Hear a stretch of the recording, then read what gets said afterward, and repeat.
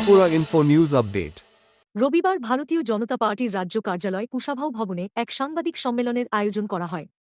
সেখানে উপস্থিত ছিলেন বিজেপি রাজ্য মুখপাত্র নবেন্দু ভট্টাচার্য ও মিডিয়া ইনচার্জ সুনীত সরকার। নবেন্দু ভট্টাচার্য বলেন, ত্রিপুরায় বিজেপি সরকারের ৮ বছর পূর্ণ হয়েছে এবং এই সময় রাজ্যে উন্নয়নের বিভিন্ন কাজ হয়েছে। অবকাঠামো উন্নয়ন, স্বাস্থ্য পরিষেবা বৃদ্ধি এবং ই-গভর্নেন্স পঞ্চায়েত স্তর পর্যন্ত পৌঁছে দেওয়ার কথা তিনি উল্লেখ করেন। তিনি জানান, সপ্তম বেতন কমিশন কার্য করা হয়েছে এবং সরকারি কর্মচারীদের জন্য ফিটমেন্ট ফ্যাক্টর ২.৫৭ নির্ধারণ করা হয়েছে। অন্যদিকে চিটফান্ড ইস্যুতে সিপিআই-এম নেতা জিতেন্দ্র চৌধুরীর মন্তব্যের জবাবে তিনি বলেন, প্রাক্তন মুখ্যমন্ত্রী মানিক সরকার একসময় রোজ ভ্যালি সংস্থার প্রশংসা করেছিলেন। এই বিষয়টি মানুষ ভুলে যায়নি বলেও দাবি করেন তিনি। সিপিআইএমের সম্পাদক উনি বলছিলেন এই চিট ফান্ড সংক্রান্ত বিষয়ে রোজবেলির কথা। উনি ভুলে গেছেন, এমনটা তো মানা যায় না। উনি ভুলে গেছেন এমনটা মানা যায়, যদিও তিনি ওই সময় ব্যস্ত ছিলেন। ওই সময়কালে তিনি ব্যস্ত ছিলেন, উভয়ের মধ্যে তো একটা টানাপোড়েন চলছিল, আপনারা সবাই জানেন। হ্যাঁ, তখন এই যে টানাপোড়েন নিয়ে বিভিন্ন খবরের কাগজে আপনারা খবরও প্রকাশ করেছেন কিভাবে, এবং এর প্রতিফলন পরবর্তী পর্যায়ে দেখা গেছে মন্ত্রিসভা থেকে সরিয়ে দেওয়াটা ইত্যাদি বিষয় আপনারা সবাই জানেন, সে বিষয়ে যাচ্ছি না। তবে ভুলে যাবেন একেবারে বিষয়টা এরকম কিন্তু না। তৎকালীন সময়ের মুখ্যমন্ত্রী রোজবেলি পার্কে গিয়েছিলেন এবং সবাইকে ইনভেস্ট করার কথা বলেছিলেন এবং বলেছিলেন যে তাদের যে টার্নওভার 750 কোটি টাকা তাদের টার্নওভার, এগুলোতে এই ভিডিওগুলো তো আপনাদের কাছে আছে, ছবি তো আছে। তাদের পক্ষে যে সওয়াল করছিলেন, মুখ্যমন্ত্রী যদি এই কথাগুলি বলতে পারেন তো স্বাভাবিকভাবেই মানুষ বিশ্বাস করবে। মানুষ বিশ্বাস করছে, এবার দায় নিতে পারবেন না। কি উদ্দেশ্যে বলেছিলেন? সে সময় রাজ্য মন্ত্রিসভার সদস্য, বিধানসভায় নিয়ে চর্চা হয়েছে, বিধানসভার বাইরেও কথা হয়েছে, একজন মহিলা সদস্য, আমি আর নাম নিচ্ছি না, নাকি ইদানিং কালার দেখা যায় না, পার্টিতে আছেন কিনা জানি না, তিনি তো প্রকাশ্যেই বলতেন তিনি এজেন্ট ছিলেন। তিনি তো এজেন্ট ছিলেন, তিনি নিজেই বলেছেন। এখন মানুষের টাকা ফেরত দেওয়া, মানুষের যে অর্থটা এইখানে লগ্নি করেছেন, জমা রেখেছেন, সাধারণ মানুষের অর্থ, এই বিষয় নিয়ে যখন কথা উঠে তখন তারা কিভাবে করে পিছপা হবেন, দায় রাখবেন কি করে?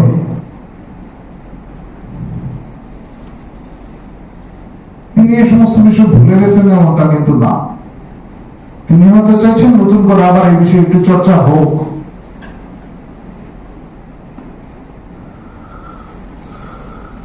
কারণ পূর্বের স্মৃতি, আমাদের মধ্যে যে সম্পর্ক ছিল সেটা তো তারা ভুলে যাননি। হয়তো নতুন করে আবার চর্চা হোক, এটা তিনি চান।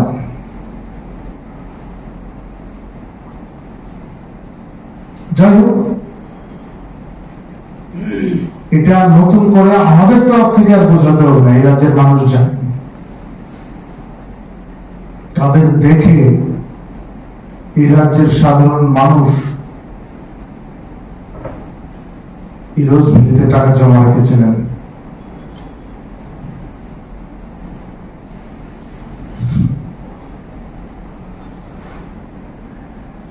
আমরা কোনোভাবেই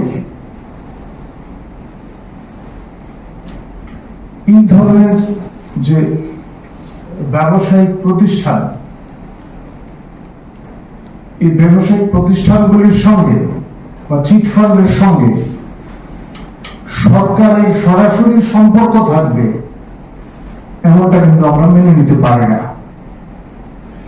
সাধারণ মানুষও চায় না সরকারের এই ধরনের সম্পর্ক থাকুক। এবং আপনাদের অবশ্যই মনে থাকবে, কারণ আপনারা এই নিউজগুলি করেছেন, এই রোজবেলির উপরে যখন চাপ এসছে, যখন তারা তাদের কাজ গুটিয়ে নিচ্ছিল, এখন যে সমস্ত বিল্ডিং সরকার অধিগ্রহণ করেছে সেখানকার কাগজপত্র রাতারাতি কিভাবে সরিয়ে নেওয়া হয়েছিল, আপনাদের কাছে অনেকের কাছে এই ছবি হতে থাকতে পারে।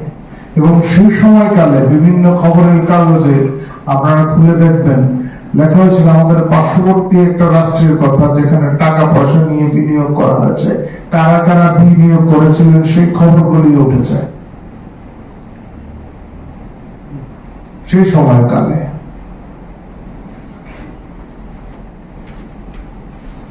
তখন আপনারা খণ্ডন করতে পারেননি বিষয়গুলি, ফলো করে খবরগুলি প্রকাশ হয়েছিল, রাতারাতি কিভাবে সেগুলি সরানো হয়েছে। যাই হোক, রাজ্যের মানুষ সব বুঝেন কিভাবে কি হয়েছিল। এই ধরনের পরিস্থিতি রাজ্যে আর তৈরি হবে না। ভারতীয় জনতা পার্টি, আমাদের কার্যকর্তারা এই সমাজে এই ধরনের অবস্থান তৈরি করছে যাতে মানুষ অন্যান্য সমস্ত বিষয়ের পাশাপাশি যাতে তাদের এই সমস্ত বিষয়, অর্থনৈতিক বিষয়গুলি কোথায় তাদের সঞ্চিত অর্থ জমা রাখবেন, এই যে সুবুদ্ধি দেওয়ার বিষয়টা, এই বিষয়ে আমরা দায়িত্ব পালন করি, আমাদের কার্যকর্তারা দায়িত্ব পালন করেন।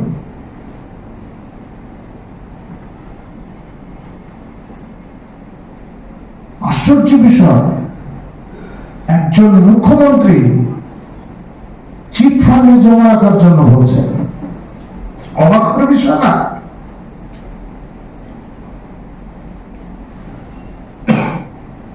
যেখানে তিনি বলতে পারতেন যে ক্ষুদ্র সঞ্চয় প্রকল্পগুলি যেগুলিতে টাকা জমা রাখার কথা তিনি বলতে পারতেন,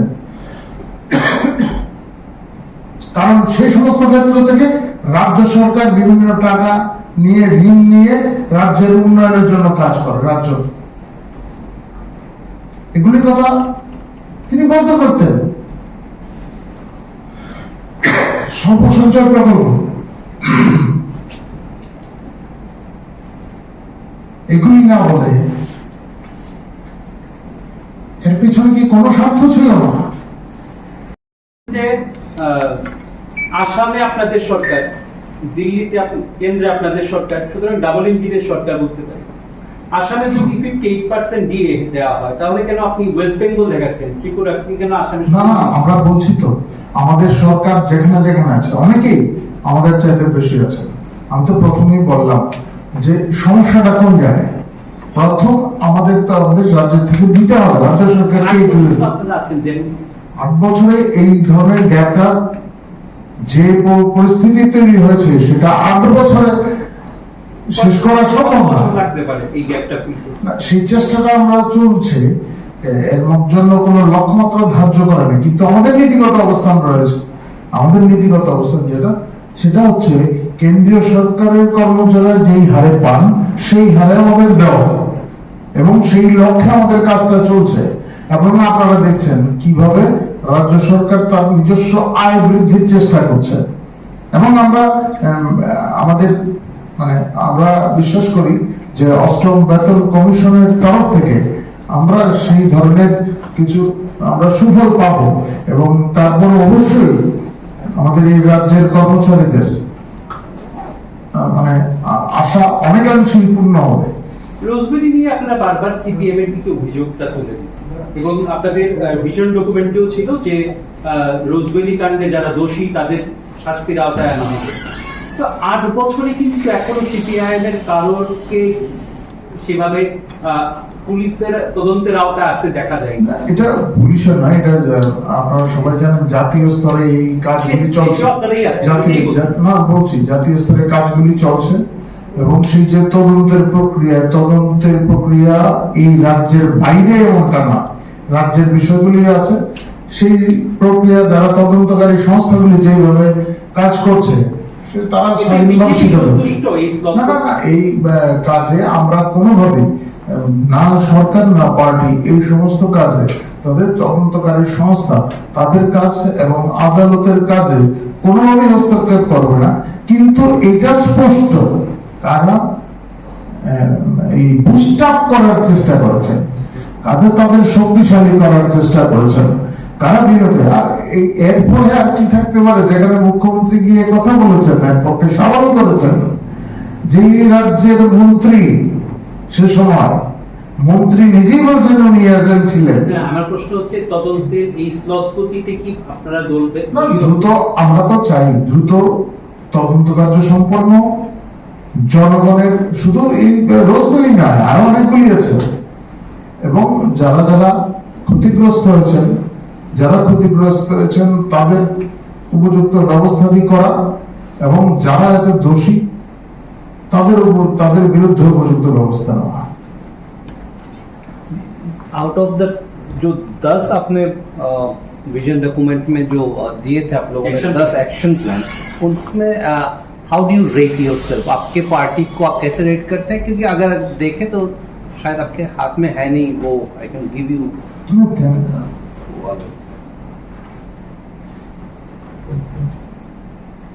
पूरे ताकत से सरकार आने के बाद से पूरे ताकत से अपना लक्ष्य पूर्ण करने के लिए प्रतिबद्ध थे, और ये काम चल रहा है। कुछ ऐसे परिकल्पनाएं थे जो जल्दी से जल्दी ये काम किया जा सकता है, कुछ परिकल्पनाएं थे जो लॉन्ग टर्म है। और हमारी पार्टी ऐसे है कि जो बात हम करते हैं, जो वादा हम करते हैं वो निभाते भी हैं। क्योंकि आप जानते हैं सारा देश के विषय में अगर विचार करें तो लंबे समय तक हम विपक्ष में ही बैठे हैं। अगर हम लोग नीतिगत अवस्थान से हट जाते, नीतियों के साथ समझौता करते, तो हम सरकार में आ सकते थे बहुत पहले, लेकिन हम लोगों ने किया नहीं। নীতি के साथ कभी समझौता नहीं किया हम लोगों ने। আমাদের সরকার আসার পরই আপনারা জানেন, আমাদের সরকার প্রতিষ্ঠার আগে আমাদের যে ভিশন ডকুমেন্ট ছিল, সেখানে আমাদের বিষয়টি উল্লেখ ছিল যে আমরা সপ্তম বেতন কমিশনের সুবিধা কর্মচারীদের দেব, এবং প্রথম যে ক্যাবিনেট বৈঠক হয়েছিল তাতে একটি কমিটি তৈরি করা হয় কিভাবে সেগুলি বাস্তবায়ন করেছেন। এই প্রক্রিয়াগুলি আপনারা সবাই জানেন, এবং এই যে ফিটমেন্ট ফ্যাক্টর, সেটা আগে 0.25% কম ছিল, এবং সপ্তম বেতন কমিশনের যে রূপরেখা ছিল তা প্রয়োগ করার সঙ্গে সঙ্গেই এই রাজ্যের কর্মচারীরা যেভাবে এখন ন্যূনতম 4,000 টাকা কম পেতেন, তারা আমাদের সরকার আসার পরে ব্যবধানটা দূর করে দেওয়া হয়, এবং তাদের সরাসরি কর্মচারীরা উপকৃত হয়েছেন।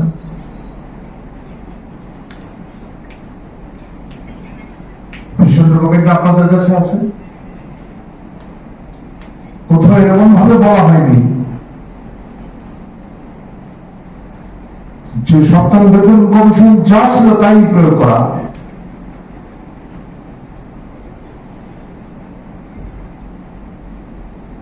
যে নীতি ছিল সেখানে তা অবশ্যই প্রয়োগ করা হয়েছে, আর এটা সম্ভব ছিল না পুরোপুরি একটা অবিকল ভাবে সেটা প্রয়োগ করা। আমরা যা প্রতিশ্রুতি দিয়েছি, আমরা যা আমাদের যে প্রস্তাব ছিল, আমাদের যে প্রতিশ্রুতি ছিল, সেটা অক্ষরে অক্ষরে পূর্ণ করা হয়েছে। অনেকে বলছেন মহার্ঘ ভাতার কথা,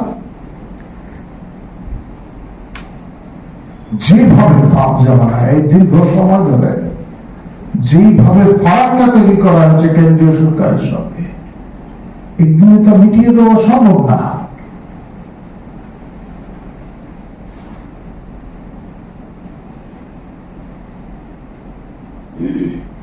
তাও অন্য রাজ্যের তুলনায় আমাদের তো এখন 36% চলছে। আমরা যে রাজ্যে প্রায়শই আমাদের অনেকেই যাতায়াত করেন নানা কারণে, আমাদের অনেক বন্ধু বান্ধব আছে পশ্চিম বাংলায়, জিজ্ঞাসা করে দেখবেন সেখানে অবস্থাটা কি। 25% সেখানে। আমরা ব্যবধান বুঝিয়ে আনতে চাই, এটা আমাদের উদ্দেশ্য, কিভাবে ব্যবধান বুঝিয়ে আনা যায়।